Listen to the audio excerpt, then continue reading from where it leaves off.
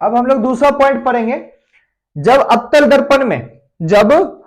दर्पण में वस्तु किधर पे हो, एप पर हो, बोले तो फोकस पे हो। जब वस्तु हमारा किस पे हो, एप पर हो, फोकस पे, तब उसका इमेज फॉर्मेशन कहां होगा, पहला पॉइंट में क्या हुआ था, फोकस पे एक्चुअली नहीं था, फोकस और पोल के बीच में था। बात समझ में आ रही है, फोकस और पोल के बीच में था। अभी कहां है, एक्यूरेट फोकस पर है। फोकस पर हो तो इमेज फोकस पर हो तो कैसा बनेगा, सबसे पहले अवतल दर्पण बनाएंगे, फिर रे डायग्राम ऐसा अवतल दर्पण का बाहरी सतह रस्तित करेंगे हम लोग। रस्तित करने के बाद क्या बनाएंगे, प्रिंसिपल एक्सिस, ठीक है, प्रिंसिपल एक्सिस। यहां पे पोल का निर्माण हुआ, पोल बना हमारा, यानी कि ठीक है पोल। अब ये मत समझना कि इस साइड क्यों लिखे, पोल हम इस पॉइंट पे ही लिखे ताकि इधर डायग्राम बनाने में दिक्कत ना हो, ठीक है ना।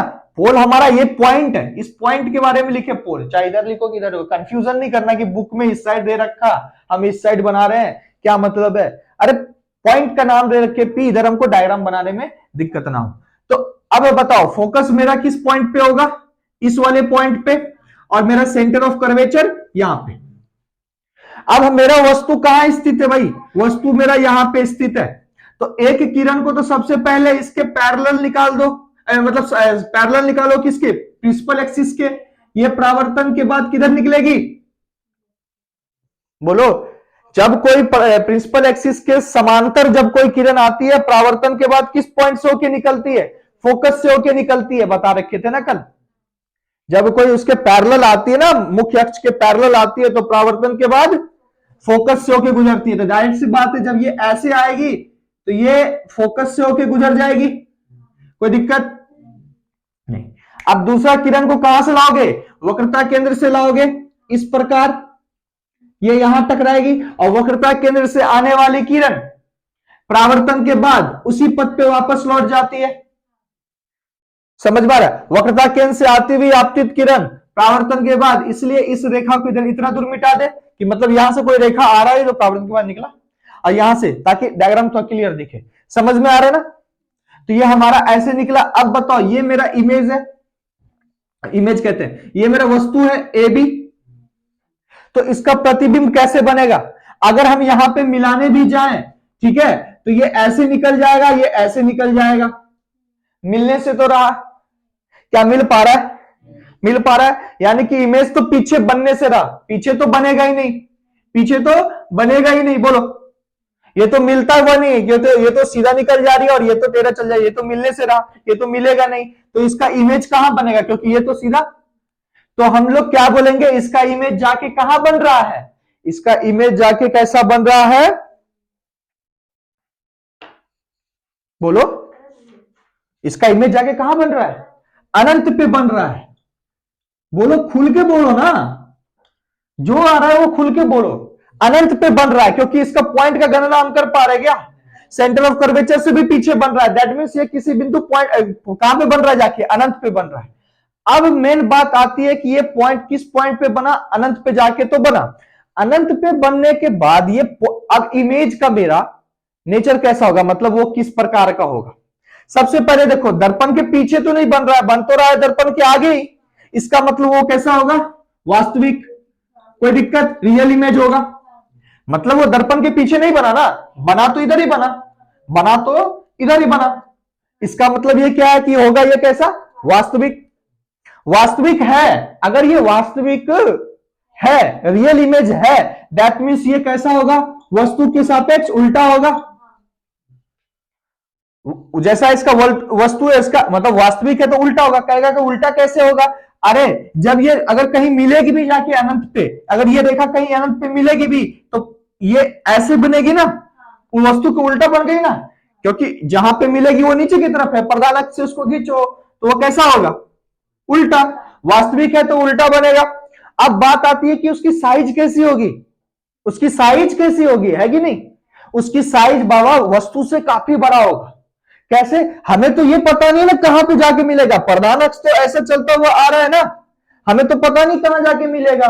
तो वस्तु में इतना ठोका, इसका मान के चलो यहां आके मिला तो इतना बड़ा इमेज हो जाएगा ना, यहां से यहां तक का इतना हो जाएगा।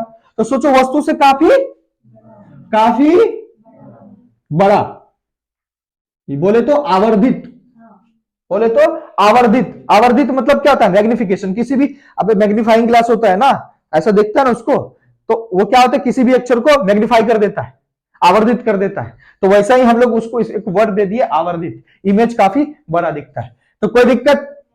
ये अवतल दर्पण की बात चल रही है, इसलिए यहां पे पॉइंट लिखा हुआ है अवतल दर्पण। इस पॉइंट में किसी को दिक्कत?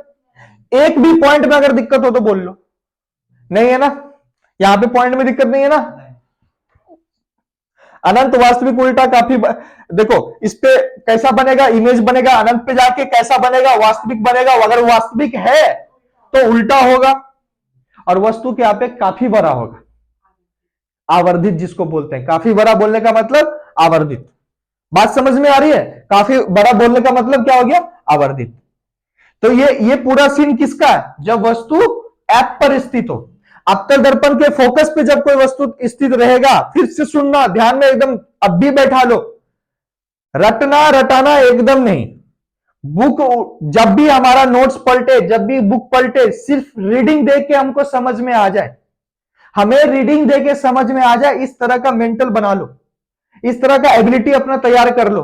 अगर रटोगे तो याद ये मत रखना कि उसका वैलिडिटी ज्यादा होगा, वो चलेगा नहीं।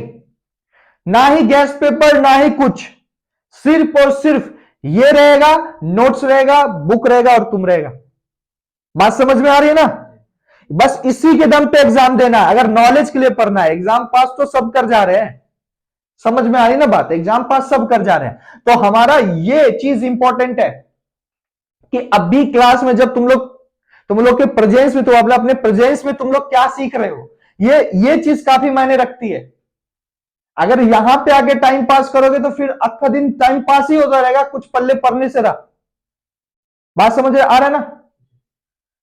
कोई गैस पेपर काम देने से रहा, और गैस पेपर को छूने की जरूरत ही नहीं है। और उस गैस पेपर पढ़ने वाला होता कौन है? जिसका कोई चारा ही नहीं है। तुम लोग आ रहे हो, क्लास मिल रहा है, क्लास कर रहे हो, तो इस पे भरोसा रखो, ना कि उस पे। ये दिमाग में तो गैस पेपर खरीद के फिर अपना प्रिपरेशन करेंगे, नहीं, गैस पेपर खरीदना ही नहीं है।